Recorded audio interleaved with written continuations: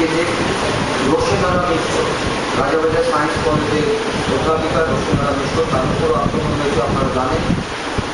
তিনি আমাদের মধ্যে উপস্থিত রয়েছে। এছাড়া কিছু সহযোগী সংগঠন গণতন্ত্র মুক্তি তাদের পক্ষ থেকেও আমাদের পাশে বিভিন্ন সময় সাহায্য করে তারাও রয়েছে।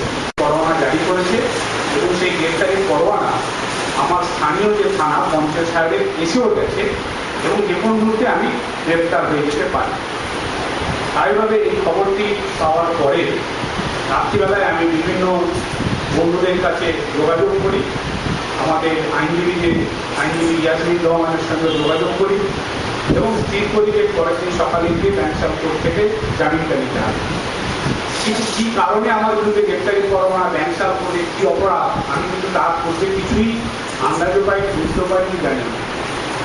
কিন্তু যখন ব্যাংসাল কোর্টে উপস্থিত হলাম আমার আইনজীবীকে সঙ্গে নিয়ে চিফ মেট্রোপলিটন ম্যাজিস্ট্রেট সঞ্জয় লোচন পালের এজলাসে এবং বেল পিটিশন আমরা করলাম, তখন কেস ফাইল দেখে আমার আইনজীবী আমাকে জানালেন যে ৩রা ডিসেম্বর এয়ার স্ট্রিট থানা স্বতঃপ্রণোদিত হয়ে অম্বিকেশ মহাপাত্র সহ 4 জনের বিরুদ্ধে আইপিসি অর্থাৎ ভারতীয় দণ্ডবিধি ৭৭ ধারায় এফআইআর জমা করেছে এবং চটজলদি সময় নষ্ট না করে সেই এয়ার স্ট্রিট থানার পুলিশ 23শে জানুয়ারি 2015-র মধ্যে চার্জশিট প্রস্তুত করে আদালতে জমা করে এবং সেই চার্জশিটে দেখানো হয়েছে অম্বিকেশ মহাপাত্র একমাত্র অর্থাৎ পলাতক আসামি।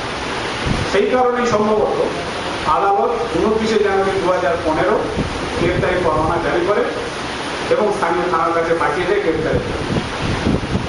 আমি আমার আইনজীবীর মারফত পুরো কেসের যে সার্টিফাইড কপি আমি গত সোমবার তুলেছি, সেটা দেখে আরও হলাম যে পুলিশ প্রশাসন প্রথম এফআইআর করেছে তাতে দেখিয়েছে আমি পুলিশকে মারধর করেছি।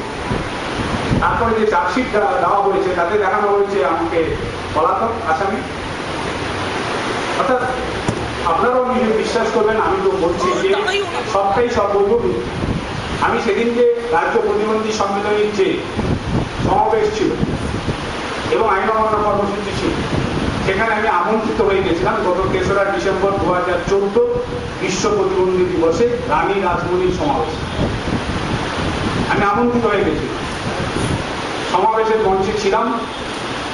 প্রতিবন্ধী ভাই বোনেদের যে দাবি দেওয়া কেন্দ্রীয় সরকারের কাছে এবং রাজ্য সরকারের কাছে, এই দাবি দেওয়া সমর্থনে আমি বক্তব্য রেখেছিলাম এবং তার কিছুদিন আগে সরকারি হাসপাতাল নীলরতন কলেজ, মেডিকেল কলেজ ও হাসপাতাল চত্বরে বহু ডাক্তাররা একজন মানসিক প্রতিবন্ধী কোরবান শাহকে যেভাবে পিছিয়ে নৃশংসভাবে খুন করেছিল এবং তারপরে দীর্ঘদিন ধরে পুলিশ তাদেরকে গ্রেপ্তার করছিল না, অভিযুক্তদেরকে, দোষীদেরকে।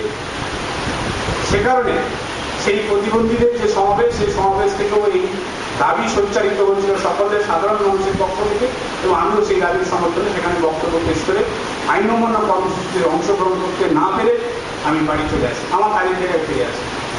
কিন্তু অদ্ভুতভাবে আমার কাছে ডকুমেন্ট আছে, এফআইআর দেখানো হয়েছে আমি আইন অমান্য কর্মসূচিতে অংশগ্রহণ করছি এবং পুলিশকে মারধর করি। যেরকম 1 নম্বর বলি, বীজ হাতে তাকে রাত্রি হঠাৎ 10টার সময় আমার জন্য আমার সিকিউরিটি, একজন সিকিউরিটি তুলে নিয়ে আরেকজন সিকিউরিটি করানো হয়। যে ভদ্রলোকের বয়স প্রায় 55-56 বছর বয়স এবং তিনি ঠিকমতো চলাফেরা করতে পারেন না, তার হাঁটু লক হয়ে যায়, মানে হাঁটু ক্লক হয়ে যায়। এরকম একটা অবস্থার মধ্যে আমি নিজে, আমাকে উনি টের দেন না, উনি নিজে ঠিক করে চলবেন। আমি এই কথা থানাকে জানাই এবং বিভিন্ন জায়গায় থানায় বলছি এখন আপনাকে এটা নিয়ে করতে হবে। উনি গিয়েও জানিয়ে আসেন, আমার কথাও শোনেন না। হ্যাঁ, এইভাবে মানে তারপরে আরেকটা এলাকায় ঘটনা ঘটছে, যে ঘটনাটা একটি বাচ্চা ছেলেকে একটা ডাকাতির কেসে বাড়ি থেকে ধরে নিয়ে গেছে।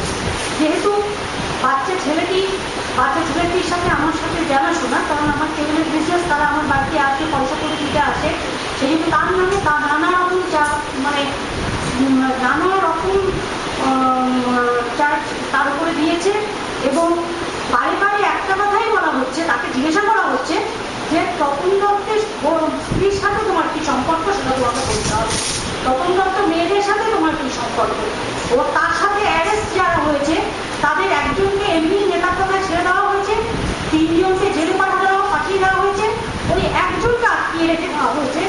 তাকে বারবার জানতে দেওয়া হচ্ছে যে তপন দত্তের মেয়ের সাথে আর তোমার সাথে কি সম্পর্ক।